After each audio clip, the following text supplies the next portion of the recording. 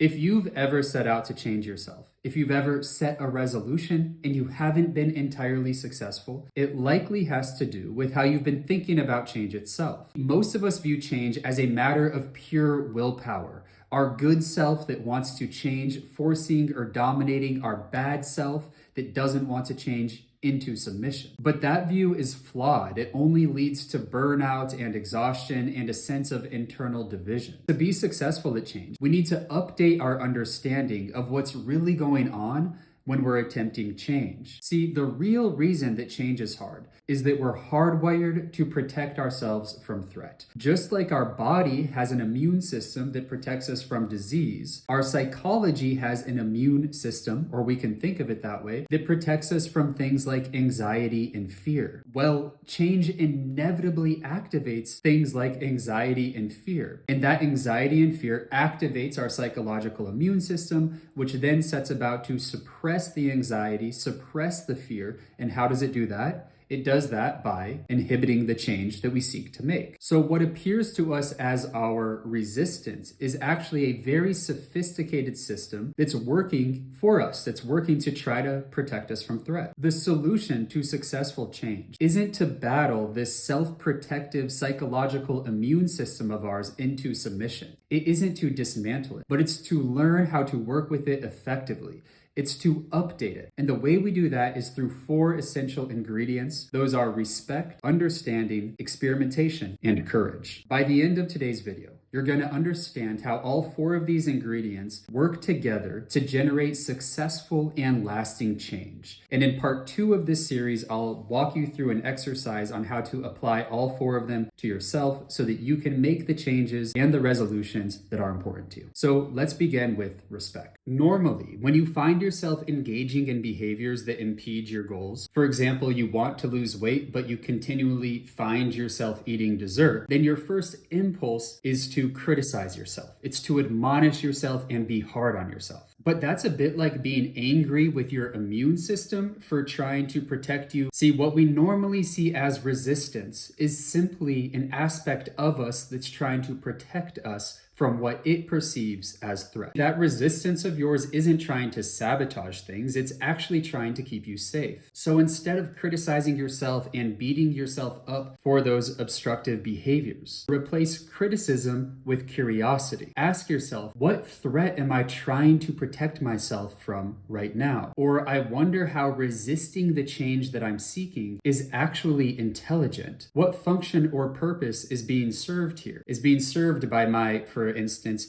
eating the dessert when I want to lose weight. To bring this theory to life, let's look at an example. Let's take John. John has a goal of listening better. That's his change goal. That's his New Year's resolution. And yet he finds that he keeps interrupting others. Normally, his impulse is to criticize himself, but he's not going to do that this time around. Instead, he's going to get curious. He's going to ask himself why it is that his psychological immune system is triggered right now and what it's trying to protect him from. So in this example, the psychological immune system is that part of him that gets in the way of his listening. It's the part of him that interrupts and that dominates conversations. And that type of curiosity is going to lead to crucial insights or intelligence. Now, intelligence in this context effectively means self-awareness.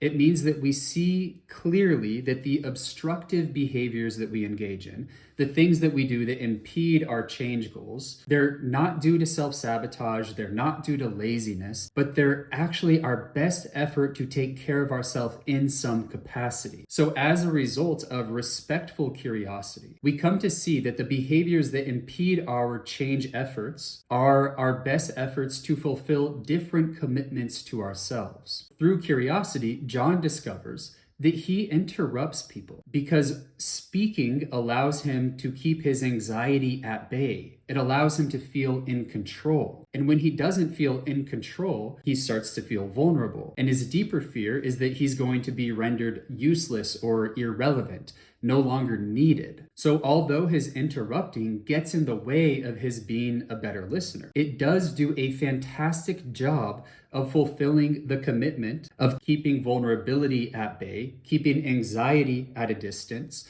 and allowing himself to feel needed. Out of this understanding, John can now come up with strategies and experiments that are aimed at his goal of listening better, but that are much more likely to succeed. See, one problem with the way people approach change or the way they make resolutions is they set massive goals. They throw themselves into the deep end, and this generates overwhelming anxiety that activates the psychological protective system, sends it into overdrive, and propels the person back to the safety of the shore. But careful experimentation offers a very different approach that's much more likely to succeed. By approaching change through well-considered and manageable steps, we ensure that we won't be overwhelmed by anxiety, and we allow ourselves to test out the assumptions or the deep-rooted beliefs that we unearthed in step number 2. Instead of making some sort of lofty promise to himself, like I'm never going to interrupt anybody ever again, John might start with smaller experiments. Maybe when in conversation with somebody, he waits 2 seconds before responding after it appears that they're done speaking. Or maybe he commits to ensuring that he asks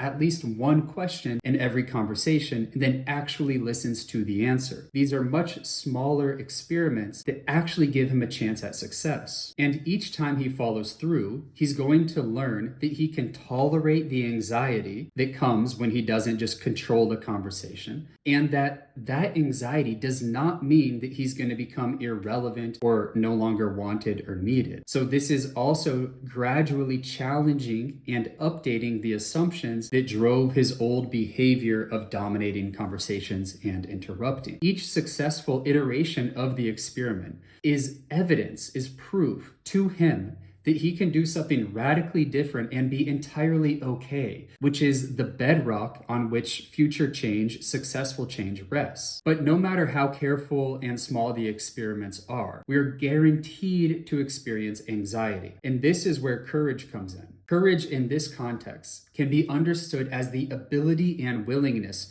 to confront our anxiety, not in an effort to override it or to do away with it, but instead to be willing to stay with it and continue on the path to change. When John resists the urge to interrupt, his anxiety spikes. That anxiety seems to be telling him that something bad is happening, that there's a threat. Courage, however, allows him to continue on towards his goals, towards his resolutions. So respect allows us to see that the resistance isn't self-sabotage, it isn't laziness, but that it's actually a sophisticated psychological protective mechanism designed to keep us safe. Intelligence allows us to see our hidden commitments, it allows us to reveal the deeper assumptions that they were built on, and it lets us see how our old behaviors were brilliantly designed to keep anxiety at bay. Experimentation allows us to gradually enter into the world of anxiety and challenge the assumptions that fueled our own behaviors.